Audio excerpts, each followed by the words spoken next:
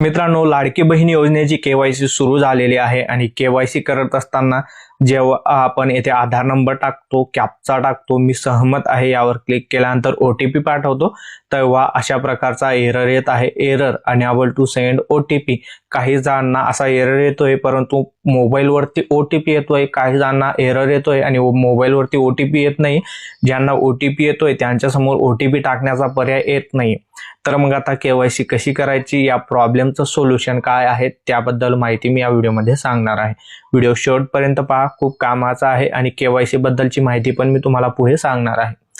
तर हा एरर काय येत आहे, तर आजपासूनच केवायसी सुरू झालेली आहे लाडकी बहीण योजनेची आणि केवायसी करण्यासाठी खूप साऱ्या लाभार्थी महिला आजच केवायसी करण्याचा प्रयत्न करत आहेत आणि पूर्ण महाराष्ट्रात एकच वेबसाईट असल्यामुळे वेबसाईटवरती आणि वेबसाईटच्या सर्व्हरवरती खूप सारा लोड येत आहे आणि आधार नंबरला लिंक असलेल्या मोबाईल नंबरवरती OTP येत आहे आणि बॅकएंडला येथे आधार कार्डची वेबसाईट काम करत आहे आणि नॉर्मली वेबसाईट डाऊन असते. आणि आज जर का लाडकी बहीण योजनेमुळे खूप सारा या वेबसाईटवरती लोड आहे लाडकी बहीण योजनेच्या तसेच आधार कार्डच्या वेबसाईट वरती, त्यामुळे अशा प्रकारचा एरर येत आहे आणि सर्वांनी समजून घ्या. केवायसी करण्यासाठी 2 महिने मुदत आहे. शासन निर्णयात दिलेल्या माहितीनुसार केवायसी करण्यासाठी जेव्हा शासन निर्णय जाहीर झालेला आहे म्हणजेच 18 सप्टेंबर 2025 रोजी, त्या दिवसापासून ते पुढील 2 महिने म्हणजे 18 नोव्हेंबर 2025 पर्यंत तुम्ही केवायसी करू शकता. त्यामुळे आरामाने केवायसी करा. घाई गडबडीत आता चुकीच्या पद्धतीने केवायसी करू नका. केवायसी कशी करायची त्याचा एक पार्ट मी टाकलेला आहे आणि हे पाहू शकता तुम्ही केवायसी कशी करायची त्याबद्दलची माहिती या ठिकाणी दिलेली आहे. तर आधी वेबसाईटवरती यायचं, ज्या प्रकारे मी तुम्हाला आधीच्या व्हिडिओत सांगितलेलं आहे.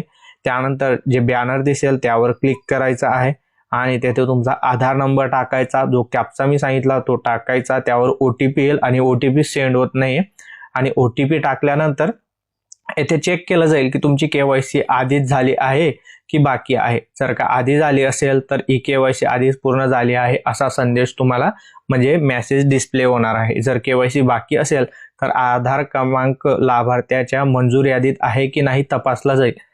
त्यानंतर म्हणजे तो लाभार्थी पात्र आहे का ते चेक केलं जाईल. जर का पात्र नसेल तर अशा प्रकारचा मेसेज येईल की आधार क्रमांक मुख्यमंत्री माझी लाडकी बहीण योजनेच्या पात्र यादीत नाही.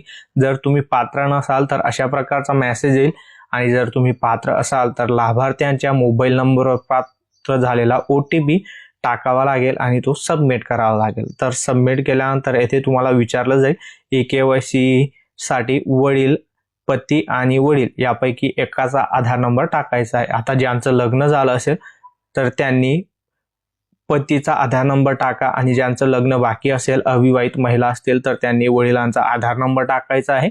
कॅप्चा टाकून परत तो सेंड करायचा आहे. त्यानंतर पतीचा नंबर टाकला असेल तर त्यांच्या आधार कार्डला लिंक असलेल्या मोबाईल नंबरवरती OTP आणि अविवाहित महिलांनी वडिलांचा नंबर टाकला असेल तर वडिलांच्या आधार नंबरला लिंक असलेल्या मोबाईल नंबरवरती OTP. त्यानंतर या ठिकाणी विचारलं जात आहे, यानंतर लाभार्थ्याचे जात प्रवर्ग पर्याय निवडायचा आहे. खालील बाबी प्रमाणित करायच्या आहेत. त्यानंतर येथे बघा, माझ्या कुटुंबातील केवळ एक विवाहित आणि एक अविवाहित महिला लाभ घेत आहे, होय की नाही ते तुम्हाला सिलेक्ट करायचं आहे. माझ्या कुटुंबात कायम कर्मचारी किंवा सदस्य नियमित सरकारी विभाग उपक्रम म्हणजे माझ्या कुटुंबात कोणी सरकारी कर्मचारी किंवा निवृत्ती वेतन घेत नाही, या प्रकारचं होय किंवा नाही करायचं आहे. आणि येथे चेकबॉक्सवरती क्लिक केल्यावर सबमिट करायचं आहे आणि तुमची केवायसी पडताळणी यशस्वीरित्या पूर्ण झाली असा तुम्हाला संदेश प्राप्त होईल आणि मग तुमची केवायसी प्रक्रिया ही पूर्ण होणार आहे. अशा प्रकारची केवायसी प्रक्रिया आहे, ही गोष्ट लक्षात ठेवा. जेव्हा वेबसाईट नॉर्मल चालायला लागेल, व्यवस्थित चालेल, तेव्हा मी एक अजून डिटेल व्हिडिओ तुमच्यासाठी घेऊन येणार आहे.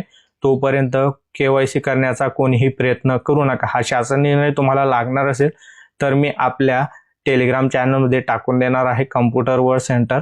तुम्ही हा व्हिडिओ फेसबुकवरती पाहत असाल तर डिस्क्रिप्शनमध्ये म्हणजे पिन कमेंटमध्ये लिंक देऊन देणार आहे आणि यूट्यूबवरती पाहत असाल तर डिस्क्रिप्शनमध्ये लिंक देऊन देणार आहे.